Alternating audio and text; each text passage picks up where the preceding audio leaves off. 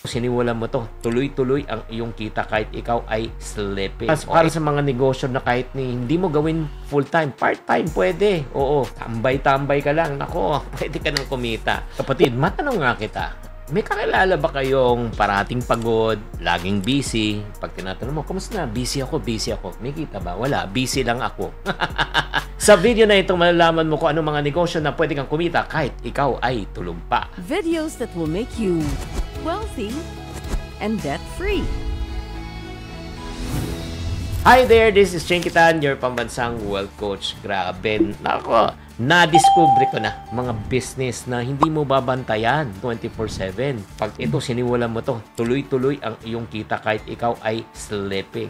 By the way, hindi to magic, hindi to scam, ito ay legal. Para sa mga negosyo na kahit hindi mo gawin full-time, part-time pwede. Oo, tambay-tambay ka lang. Nako, pwede ka nang kumita. Ano ba yung mga business niya? Kumuha ka ng papel at ballpen, bibilisan na po natin. Number 1 is vending machine. Imagine mo, habang nasa meeting ka, nagbabakasyon ka, tapos may taong bumibili ng bendo, kape, snacks, load. Yung mga minamaliit na hindi pinapansin, video okay. Yung pahulog na 5 piso, 10 piso, bawat kanta, pumapasok ang iyong kita. Imagine mo. Pangalawa, digital products. Gumawa ka ng ebook course or template ngayon sa Canva, tapos pwede mo benta pa ulit-ulit. One time mo lang siya gagawin, pagkatapos lifetime na ang iyong income. Third, rental business. Pwedeng bahay, pwedeng sasakyan, pwedeng parking space, pwedeng sound system, pwedeng tables and chairs. Ang dami po. Kung ikaw ay nasa mga tourist spots, pwedeng snorkel, pwedeng yung mga rubbers na slippers. Basta marunong ka lang maghanap ng uupa, kikita ka habang wala kang ginagawa. Pang-apat, yung mga online reseller na fulfillment center, like for example, for Shopee, Lazada, TikTok, pwede ka magbenta na online na hindi ikaw mag-ship. Isa-set up mo lang maayos, tapos mo-monitor ka na lang. In other words, may gagawa na yan para sa'yo. Or if not naman, you can franchise with a team. Hindi kasi lahat ng franchise kailangan ikaw ang nagbabantay. Or if not naman, di ba, mag-hire ka na lang ng isang tao na magmamanage para sa'yo. Basta may pera ka. Another thing that you can do, kahit ikaw ay tulog, kumikita ka, content creation. Kung meron kang magandang kwento, may skill ka, makulit ka, nakakatuwa ka, cute ka, katulad ko.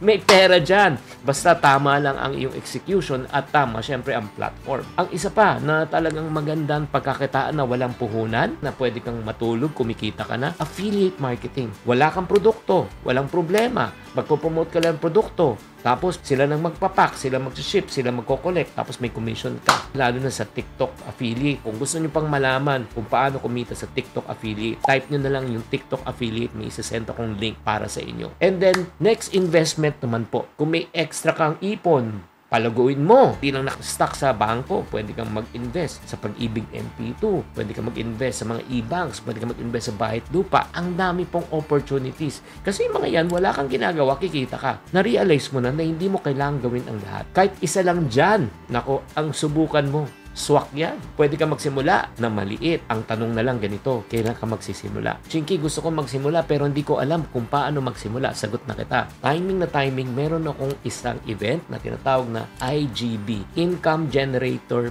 Blueprint. How to create your first 6-digit income through the Income Generator Blueprint. I-reveal ko na po sa inyo in a special session. However, limited lang po ang slots for 500 people. And next question probably you're asking, magkano yan, Chinky? The good news, it is for free. You heard it right, it's free. So if you want to be part of the event and you want to secure a slot for 500 people lang to, just type IGB, Income Generator Blueprint, in the comment section and we will send you the link. Tatandaan, tamang karunungan, tamang disiplina po ang susi sa pagyaman.